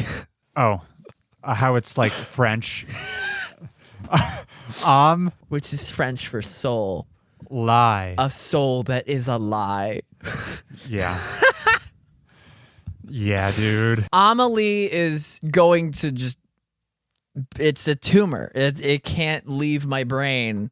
I can't enjoy a Kojima product and see a character named like Edge and not think that they're going to die of a knife wound or something. Just you know. They're all very on the nose. It's so on the nose. Anyway, come back to the Metacritic thing. Come back to your final thoughts. Oh, no, I won't talk about that. Yeah. Final thoughts. I like how you said the ending of Death Stranding keeps explaining things in greater and greater details. And you were like, that ought not to be the explanation. Right. Because it's so out there and almost incoherent. Yeah. I came to like the cast of characters for the most part, Amelie excluded. And the goofiness of the game. I think I might just be a broken individual at this point, Heath. I have played too much Yakuza to the point where now tonal whiplash just amuses me. Like, it doesn't break anything for me. When things get super goofy, when a character named Deadman, who has the likeness of Guillermo del Toro, sends me an email recommending me to watch The Shape of Water. Yeah. I dig it. When you get to the end of the game and Amelie says to you, "You're my Mario and I'm your Princess Peach." And then there's a slow motion skipping on the beach scene with those two. That escapes the gravitational pull of cringe and catapults it into the stratosphere. No. It was so goofy. It wraps back around. Oh, you're a horseshoe centrist. And I am here for it. It was laugh out loud funny. It was so good. What are your hopes for the sequel? We didn't even talk about Lou and Sam. Sure. And how they're like, what a great team. They form a bond. I like how Deadman is also in on it. He's like a third party. Yeah. He's a little bit jealous. Yeah. Oh, the final delivery of the game. Yeah. You rehash delivering Bridget's body to the cremation facility. Yeah. And you have to... The camera pulls all the way back. Yeah. There's no time fall. There's no mules. There's no BTs. It's just you and the environment off to cremate the environment, and low roar. Yes, because BB's theme plays, which is a great song. I think it's called Lullaby. I think on screen it said BB's theme. I think it on screen it said Princess Peach. And that was an emotional delivery. Gosh, when he's trying to resuscitate him. Yeah. Yeah. Super sad. That's so sad. Yeah. But thankfully that pans out all right. Thankfully, Amelie returned Louise's soul to her body. Because Sam looks up at the sky and says, "Thank you," or whatever. Yeah, that's lost on me. That's what it is. Amelie's handing out revives Okay. on the beach. I guess so. Oh, I have one question to ask you. But before that, I have one question to ask you. the final shot we see before the real second credits, it's Sam and Lou hanging out in the rain. Really? Yeah. No protection. No pod. No hood up. They're just basking in the rain. Which, does that indicate timefall is over? Right. Yeah. So that's a big stinger. Canonically, yeah. Yeah. Wait, why do we know timefall is over? Or BT's gone now too? Okay. The Extinction Entity wrap up finished all that stuff up. Okay. Seemingly. Okay. Cool. What are your hopes for the sequel? I rewatched the trailer now knowing everything. Oh, very good of you. Yep. And there was like this big procession march with like 2 big stone pillars and like lightning going around. Somebody died. That shot was crazy. Yeah. And then the villain at the end with the guitar. What's up with that? It's gonna be Higgs 2 or something. Yeah. What were your thoughts on talking about the visual design? Did you see the big like Bridges Gestapo back when Die Hardman is like, security will take it from here when Cliff is cornered in the hospital or whatever? And like the big Bridges guys, that armor is like only seen there. They're huge and they're super scary. And it's like, wow, Kojima's amazing at making like paramilitary secret police Ludens knights. Yeah. Perfect. Did you explore Peter Englert's house? It's the pizza guy? Pizza guy. Yeah. And you know who Pizza Guy is. Yeah, it's Higgs. It's Higgs. Yeah. Higgs, the terrorist, was having you deliver pizza to him. But they like redeemed his character all in the emails. Yep, his interviews. Yeah. I mean, they didn't redeem him. They just kind of like showed you where he was coming from. But he was like down to earth. He was Sam-esque. He was Sam-esque. But then he got super jaded. I mean, he was super abused as a kid. And ended up killing his family member. Whoa. Yeah. Like I said, redeemed. What? Yeah, redeemed. I got some emails that I never followed up on where people were like telling me, oh, there's like these weird lights happening around here. Did you investigate any of those? That's the companion cube, isn't it? I don't know. When I was told about the companion cube, I got an explicit delivery instructions for it. Someone told me to check out lights in like a crater. Someone told me to check out some strange lights in like the cremation facility. And I never bothered to do that investigation. Anyway. All right. Maybe there's just some secret out there that we don't know about. I kind of liked not knowing, so I just wanted it to add some mystique to my experience. The first place I'll go when I unlock the speed boost jetpack is these fancy lights. Okay. That's all I've got. That's Death Stranding. That's Death Stranding. What a game. Yeah. Cool. All right, Heath, we could definitely take a break and come back with I have a small little surprise for you. But also we have Mobius Tunes. It's a third copy of Inscryption. See you then.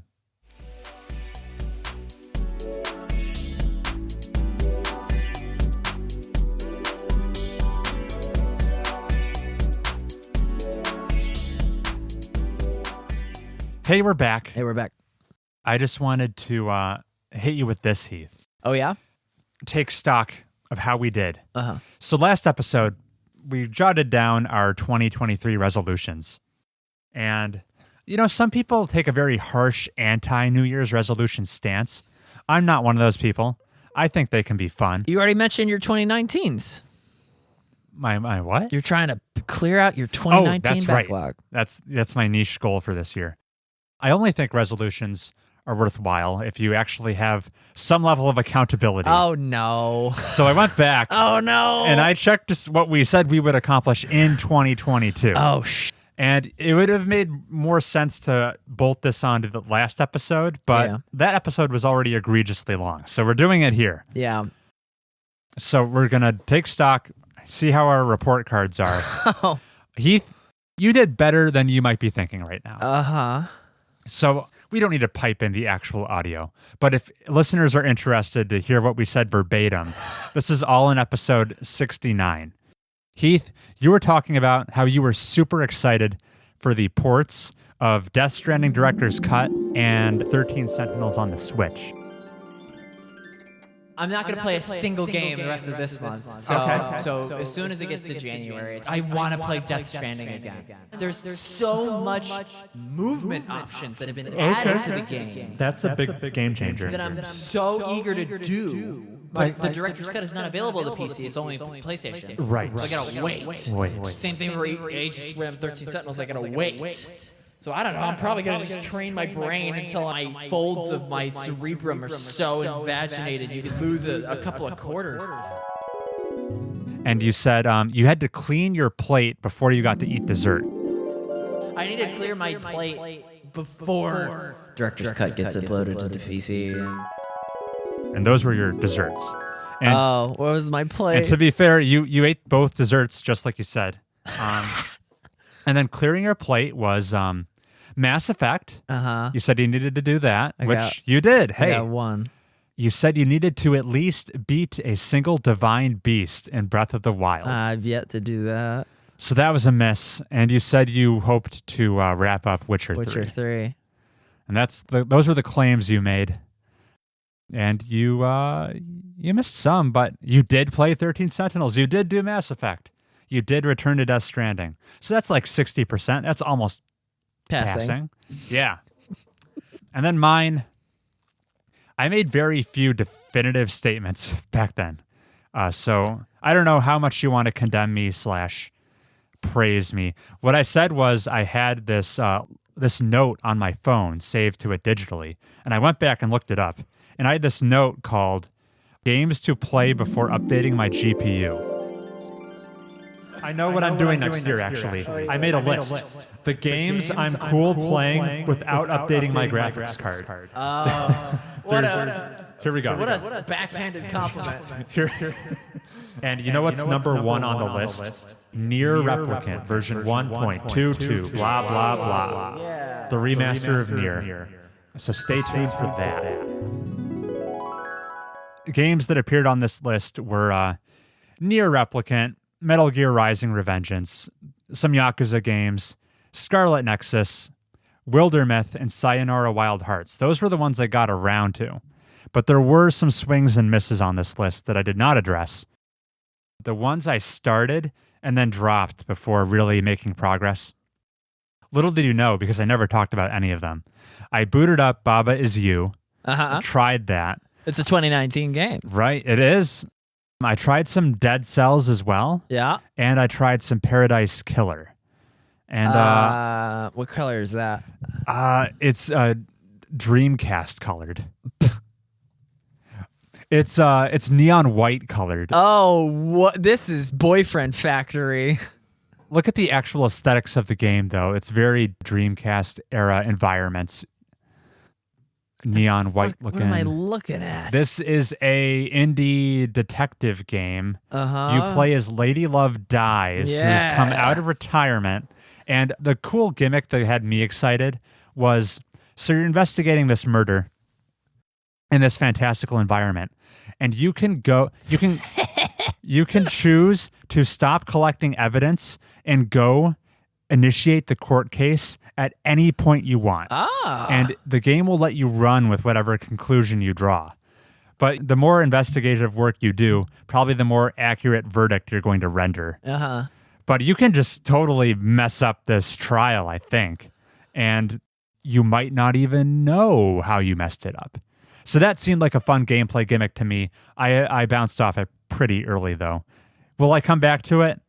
Who can say? All the characters have hot abs except for the skeleton. Who has no abs. So overall, I think we both did pretty reasonably on our 2022 resolutions. And that was that segment. Mobius Tunes is a music guessing game podcast. You heard that right. Chris and I have selected 5 songs from 5 games, and it's up to the opponent to guess which game it's from. We have included hints in case they can't get it exactly right. If they get it exactly right on the first try, it's 3 points. The highest score you can score for the 5 rounds is 15 points. Chris is slightly in the lead. Probably.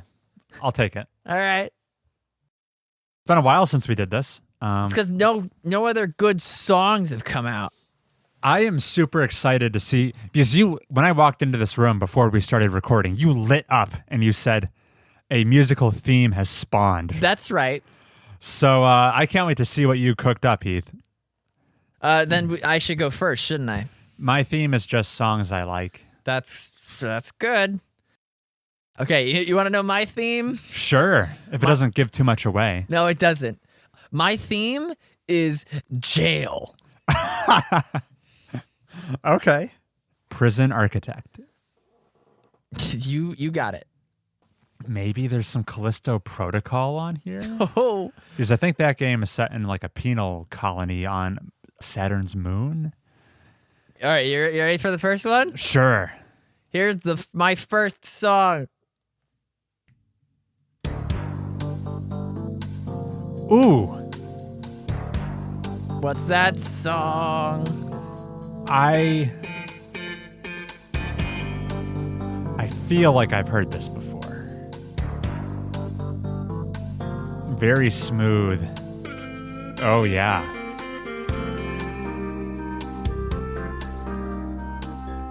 It doesn't quite fit, but it almost had some like Persona Rain music vibes. Oh, because the soundtrack does change weather dependent. It's like Animal Crossing in that way.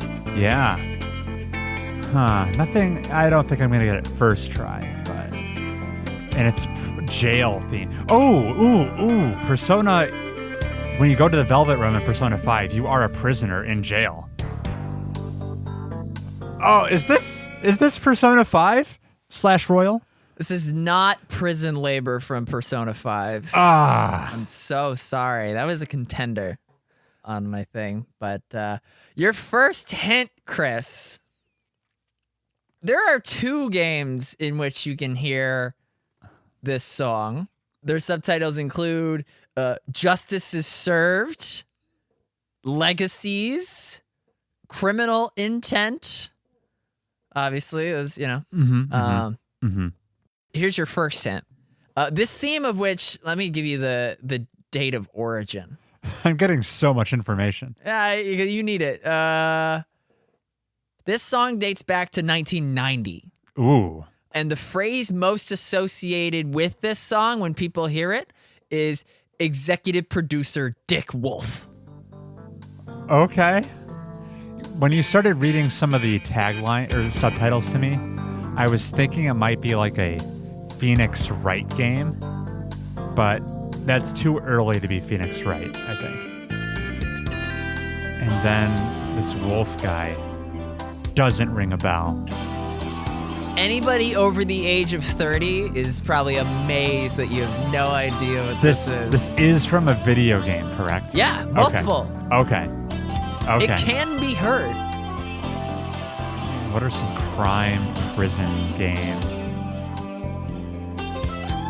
Give me hint number 2. Hint number 2.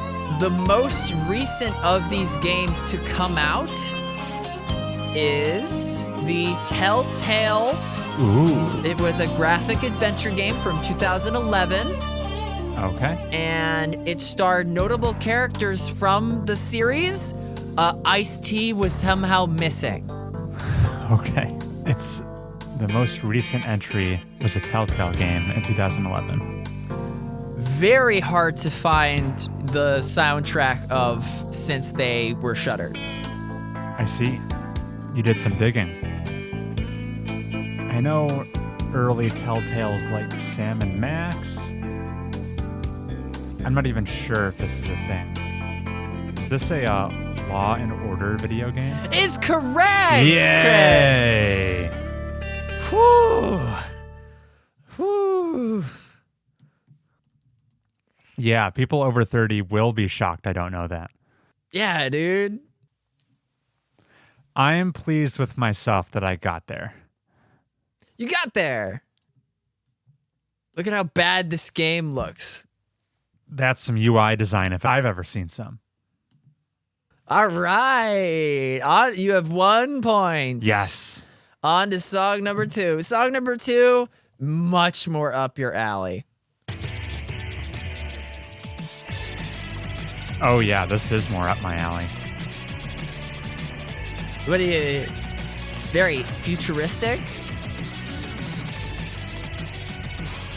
Just wait for the vocals. Oh, there are vocals? Here we go.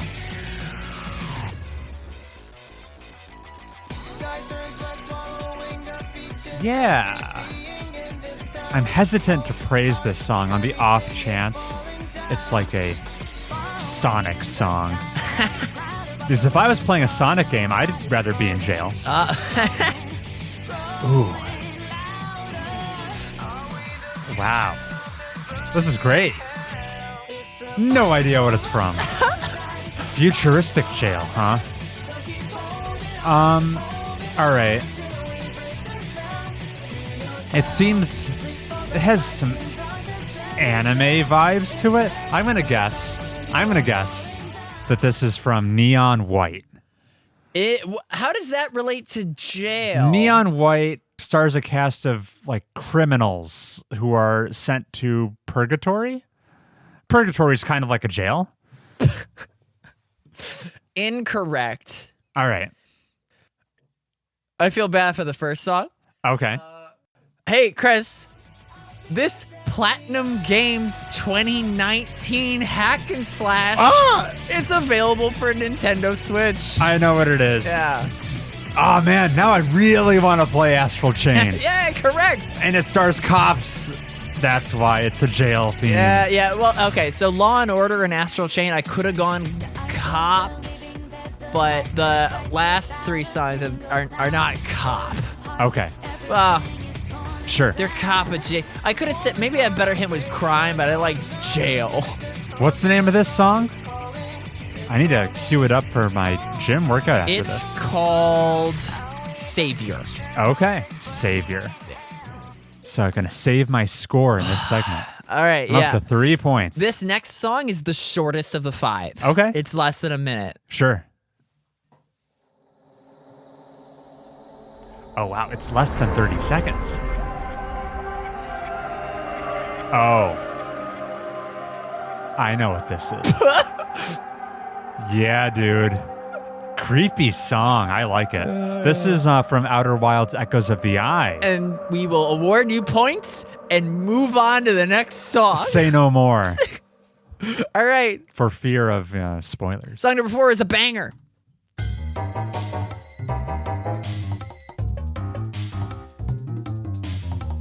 What is that song? Are we in like the DK jungle or something?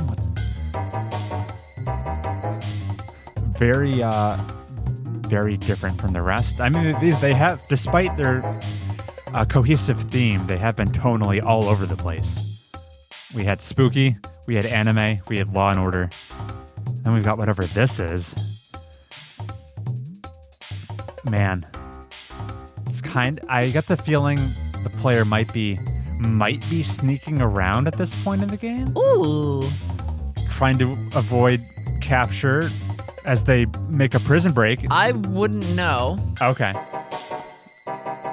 This is not the answer, Heath, but I'm just going to throw out Sly Cooper as my answer. You love throwing out Sly Cooper. Do I? Have I done that before? That's the only place I hear of Sly Cooper is when you guess it Through on the me. show. You're my sole Sly Cooper informant. I've never even played a Sly Cooper game. Me neither. I guess it's kind of similar to Sly Fox. Yeah.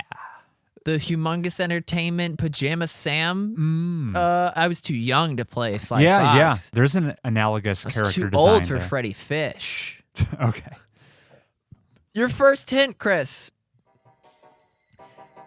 This sequel, developed by UB Pictures, came out on the Nintendo 64, the Dreamcast, and the PlayStation back in 1999. That's far enough back that my date recollection gets a bit hazy. And it's a sequel. That's good to know. I'm afraid I need hit number 2, Heath. Hit number 2 is this titular character doesn't have arms or limbs, but just floaty gloves and shoes. Okay, so I know the franchise, and it's a sequel. I know it's in the Rayman franchise. I guess I just have to guess, since I don't know many titles. Is this Rayman 2? Is correct! Okay, yeah, thank Chris you. gets a point. This is the prison ship. Oh, okay. I'll take your word for it. Oh, man. You are up to 7, I think. 7 points. Yeah. Yeah. You can make it an even 10 with this last song. It seems like a bit of a stretch. Bit of a, much like how Raymond stretches his not arms. Yep. Song number 5. Go.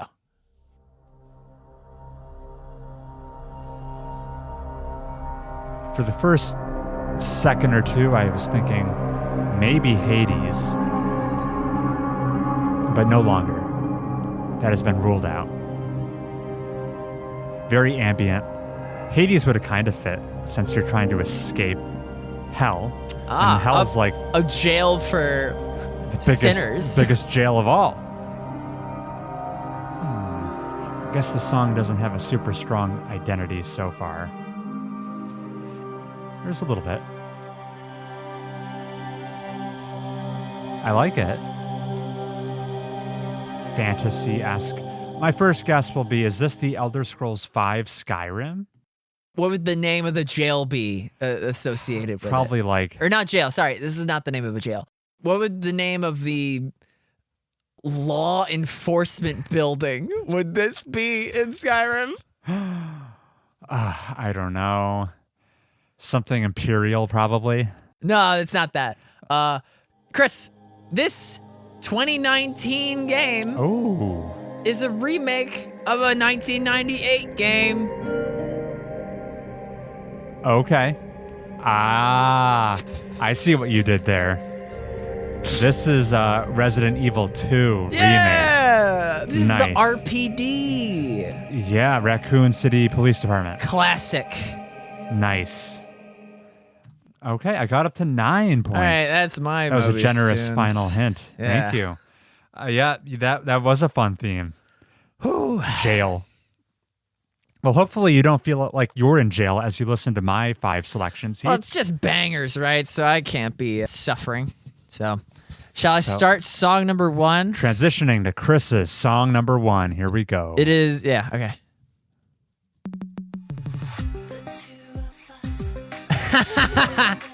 Everything. So, No.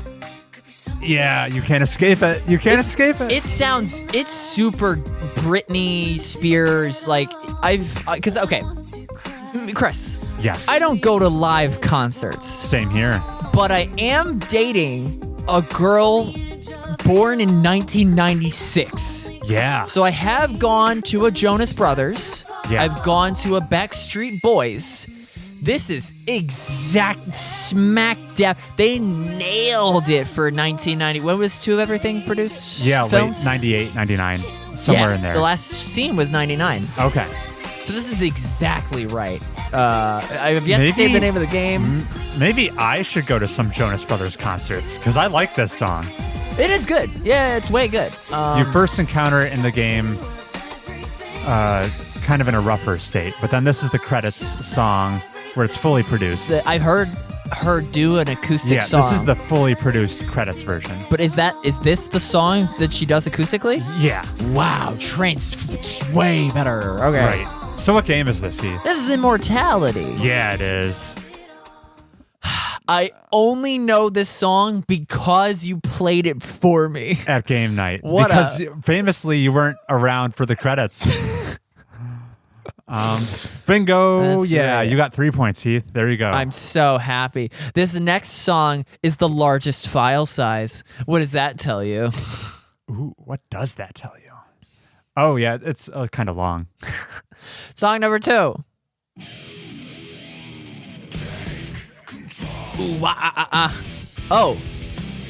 Oh. I know this song too. Yeah, Yeah. very good. It mentions the title. Yeah. There so you go. if you were really struggling, that's where that hint was going to be. So Heath, what game is this? What's the name of the group? Is it the Ankles of Asgard or something? It's the Old Gods of Asgard. Thank you. Yeah. The Ankles. Yes. What game is this, Heath? This is Control. Yeah. And as I was pulling this song in, I uncovered some fun trivia.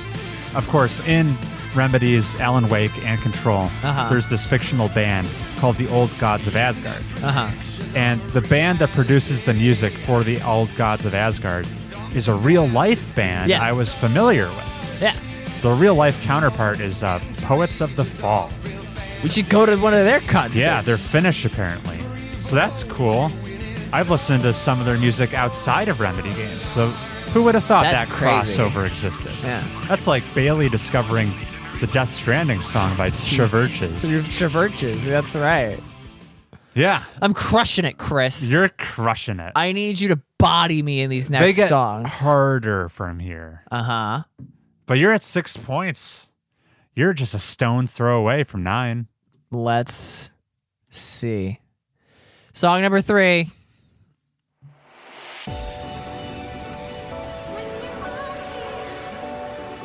Equally girly is the first song, but this is contemporary. Yeah. It's not a 90s throwback. Wow. What's the main character of Paradise Killer? Live, Laugh, Love? What's her name? Lady Love Dies. Sure, yeah. This sounds like what she's listening to on her crime scenes. No, okay, so let's get it out of the way. Is it Bayonetta 3? No.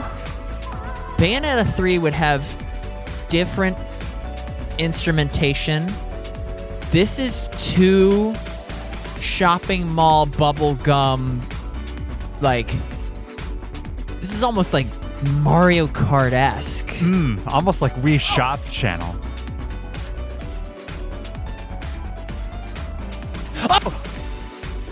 Oh, they just played the lick.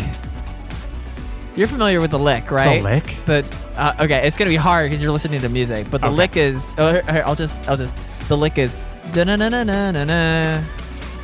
That is ubiquitous in jazz. Okay. If you're improvising on an instrument and you don't know what to play next, just do da-na-na-na-na-na. Okay. And now you know. Wow, I'm the guy to teach you that? There's a lot you can teach me. All right. This is a longish song. No, this is Chris. This is Sayonara Wild Hearts. Ooh, good guess. Good guess. I'm afraid you missed the mark. All right, first hint for Heath. This song plays often during this minigame as you think about which drinks to dispatch to your clients. Oh, darn. All right. That does make sense. It is very girly bubblegum. You know what? If I maybe had just listened to Baby, I Love You, Do, Re, Mi, then I might have been able to guess this is Yakuza Kiwami 1, 2. 2, there you go. I don't know.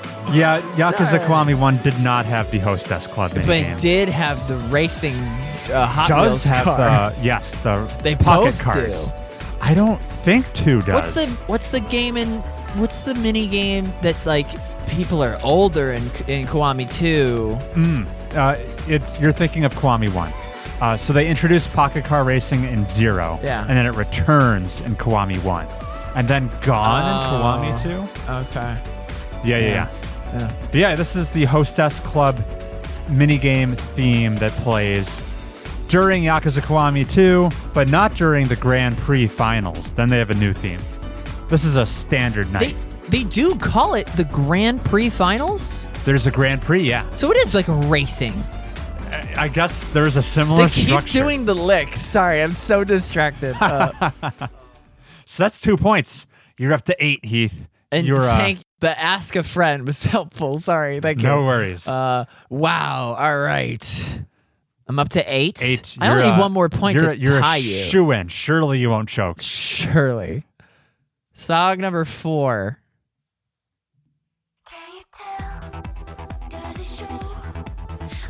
Vocals. Oh. I should have, you know what? It's much more likely that Sayonara Wild Hearts would have vocals. Because there's like so little gameplay to do. You gotta have vocals. It's like a digital album. This is even more. Remember how I said the last game was contemporary? Bah, forget it. This is contemporary. This was made 3 seconds ago. What? It's just so contemporary. It's hot off the presses. I'm gonna wait for the hook, but it's gonna be. Yeah, the beat change, very like Crypt of the Necro Dancer doing things to the rhythm. This is. I could totally imagine like somebody rollerblading on a certain platform to this. My guess is Sayonara Wild Hearts. Heath, you are correct. Yeah! It is. This is Sayonara Wild Hearts.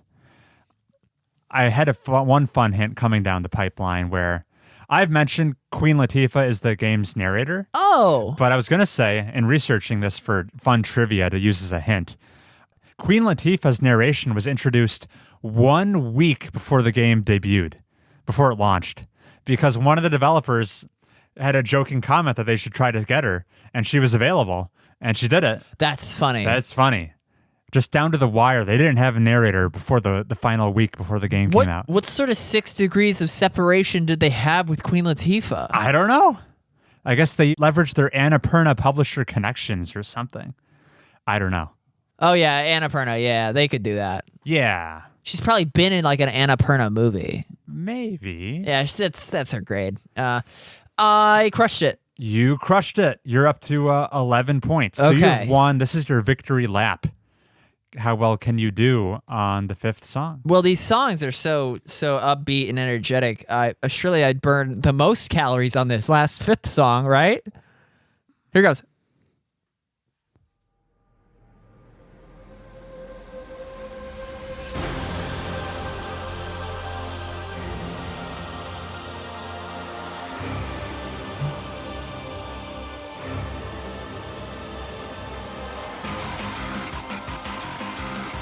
Yeah, definitely different from the others.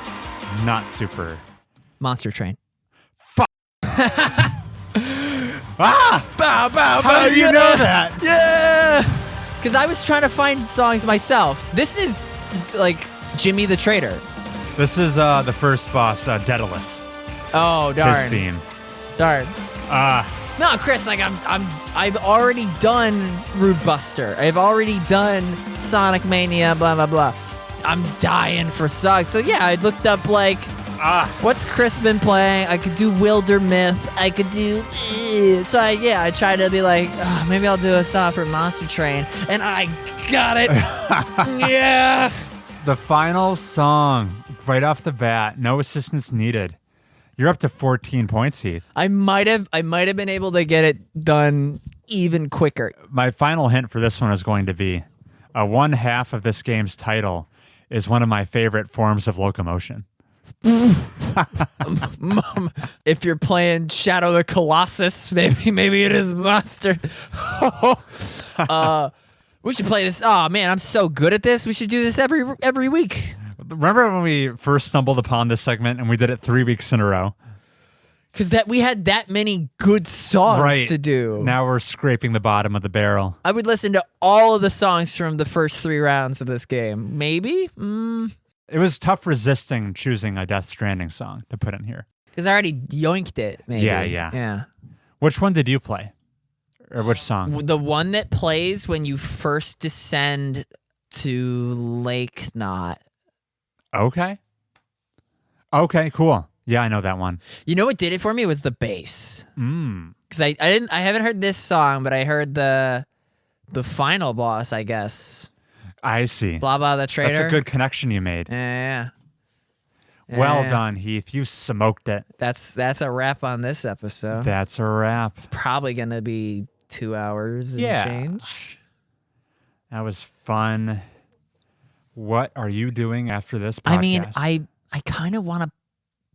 I still want to figure out this Inscryption thing. But with the cloud saves. But I'm just eating too many desserts. That's why I'm not as good a shape as you. I should see how Zaid is doing in Mass Effect 2, and I should see how. I think at one point I said that I owned Control. I don't think I do. Oh, which is that's actually like the biggest faux pas. Oh, also a slight correction from last episode. Okay. Remember how I described Men in Black 1's ending? Yes. I somehow conflated Men in Black 2 and 1's into one ending. Oh, okay. So just make of that what you will. Just part of the Men in Black extended lore. Yeah. Its cinematic universe is technically a universe. Sure. Yeah. That's a space joke. That is a space joke. If you're a listener and you desperately want to get in contact with us, how could you do that, Heath? Oh, you got to email us at mobiustubespodcast@gmail.com. That's right. We haven't had an email in ages, so we're itching to read one. Talk to us about whether or not you were trucking as much as Chris was trucking. Send us your gaming resolutions for the year. Hopefully you're listening to this while you play Vampire Survivors, which is a podcast game. Yes, good podcast game. Chris approved. Yeah. Would you ever throw on a podcast during a particularly mundane, long delivery in Death Stranding? Buddy, I mean, I watched a Let's Play Oh. of Heartman's cutscenes to make them tolerable. Interesting. Okay. So I would pause the Let's Play and skip the cutscene in game and resume gameplay. I need to be put in jail myself. Damn. Okay. I think that'll do it. I'll see you next time, Heath. Bye, Chris.